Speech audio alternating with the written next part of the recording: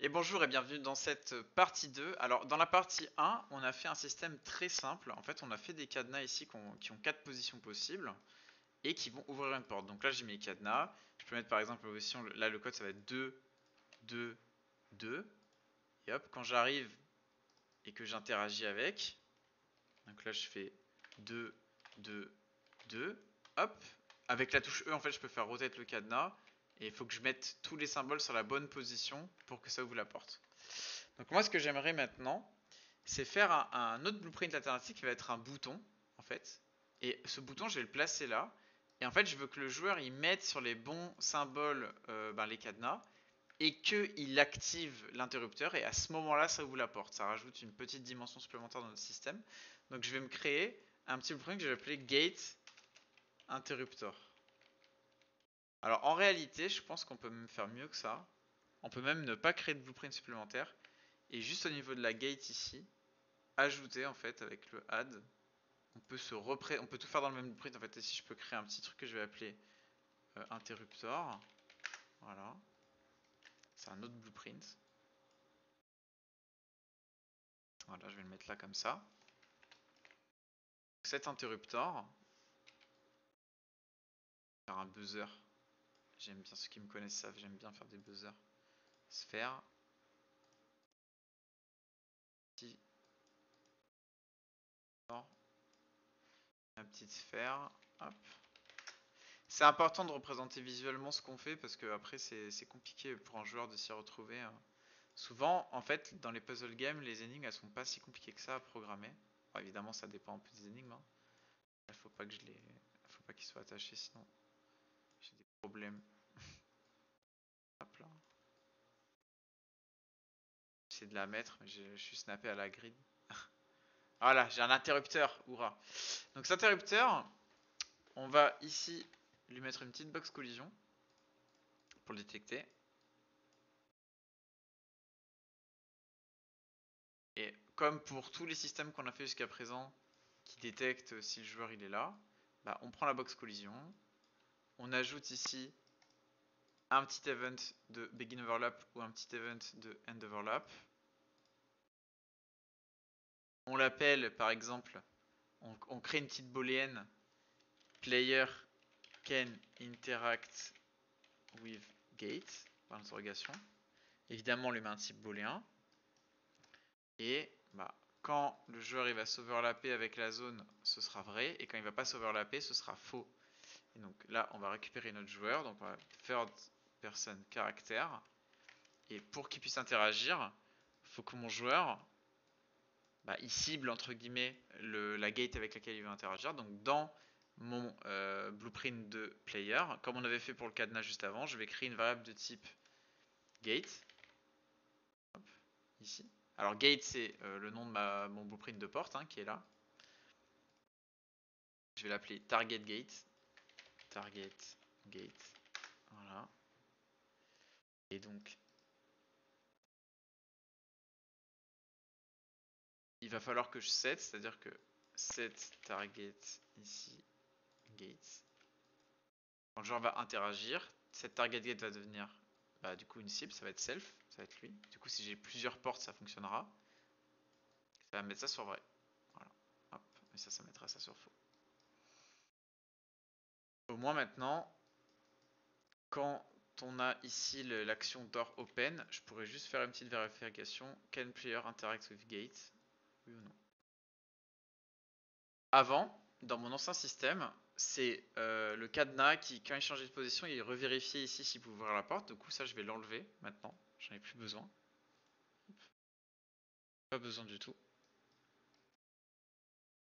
Ce dont j'ai besoin, moi, c'est en fait ici dans mes actions, de récupérer target gate et de lancer door open, la fonction door open, parce que ça devient du joueur. Là, vous voyez, j'avais déjà mis sur ma touche E l'option pour rotate, faire bouger la position des cadenas, qui était avec la fonction ici rotate upward. Donc là, si je veux que ma touche E puisse interagir avec les deux fonctions, ici, je vais juste faire une petite séquence, raccourci S clic gauche pour faire une séquence, et je fais den 1, den 0. Donc si le joueur il appuie sur E, on va vérifier s'il peut cibler avec un isValid. Pour créer ce petit node de isValid, vous prenez votre variable comme ça avec un get et vous faites clic droit, convert to validated get. On vérifie s'il y a un cadenas valide ou une gate valide avec lequel il veut interagir. Et si nous, en l'occurrence, il interagit avec la gate, hop, on part ici. On vérifie s'il peut interagir. Si c'est vrai, on passe à la suivante. Si c'est faux, on passe pas à la suivante, on fait rien. Hop. Donc ici, normalement, j'ai mon petit système. Donc là, j'ai mon code. Je vous invite vraiment à voir le tuto d'avant si vous n'avez pas vu. Au cas où le buzzer, vous voulez le mettre ailleurs, ben, il n'y a rien qui vous empêche de le prendre et de le déplacer. Il faut juste que j'accroche bien la petite sphère, je pense. Voilà. Je prends mon interrupteur et je le mets où je veux. Par exemple, je le mets là en face. Hop.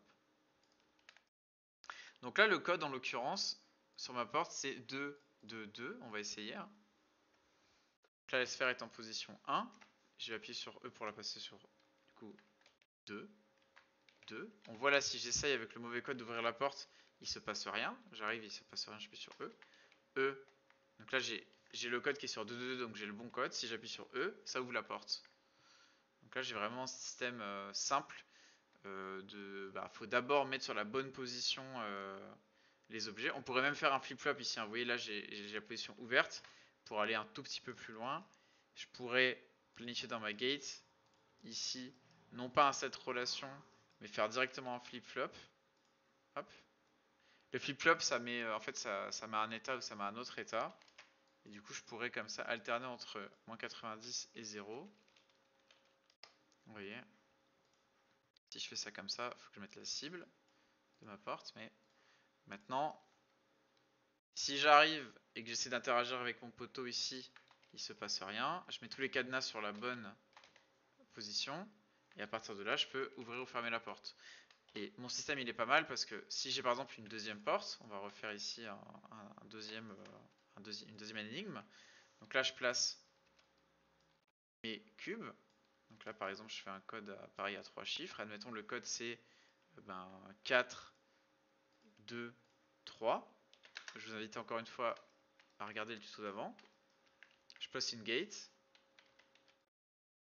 Je mets le petit interrupteur là où je veux. En fait, le but c'est de créer des outils comme ça pour pouvoir faire des énigmes ou des puzzles à la volée. Hein. Donc là, le code c'est 4, 2, 3. On n'a pas fait la partie game design. Hein. Là, il n'y a rien. Je n'ai pas expliqué comment on fait comprendre aux joueurs le code et tout.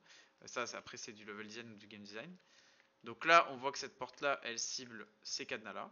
Et ces cadenas-là ciblent cette porte-là. Il faut bien les relier quand même, on ne va pas oublier. Hop, on les relie. Donc là, 4, 2, 3. On va essayer. Ici. Hein. 4, 2, 3. Je peux interagir avec cette porte. Mais pas pour autant avec celle-là. Qu'il faut que je passe sur la bonne position. Ok pour le système.